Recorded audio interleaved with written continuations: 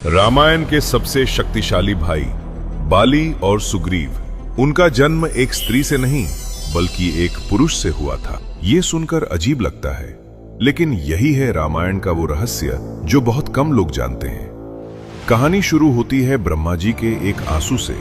उस एक आंसू से जन्म हुआ एक दिव्य वानर ऋक्षराज। उन्हें आदेश मिला, सुमेरु पर्वत पर रहकर धर्म की रक्षा करो। समय बीता। एक दिन घने जंगल में भटकते हुए ऋक्षराज को एक रहस्यमयी तालाब दिखाई दिया, शांत, चमकता हुआ, लेकिन भीतर छुपी थी एक अनजानी शक्ति। प्यास से व्याकुल होकर जैसे ही उन्होंने उस पानी में छलांग लगाई, प्रकृति का नियम ही बदल गया।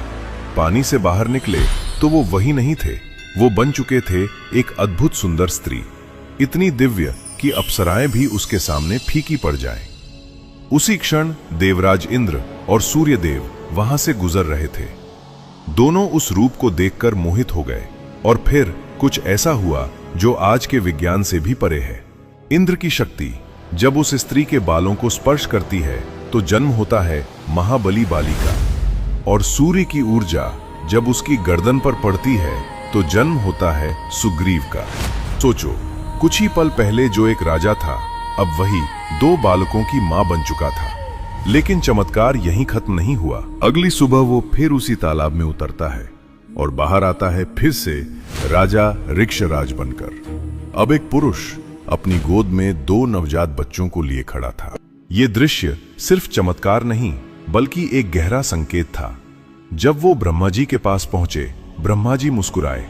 ये बच्चे साधारण नहीं हैं, ये देवताओं के अंश हैं। और उन्हें सौंपा गया किष्किंधा के भविष्य के रूप में। इसीलिए बाली के पास वो अद्भुत शक्ति थी कि जो भी उससे लड़ता उसकी आधी ताकत बाली में समा जाती। और सुग्रीव सूर्य के तेज और धैर्य का प्रतीक बना।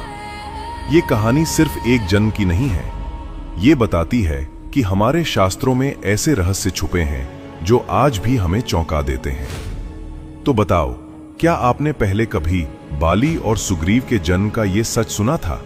अगर आपको ये कहानी पसंद आई हो तो कमेंट में लिखें जय श्री राम।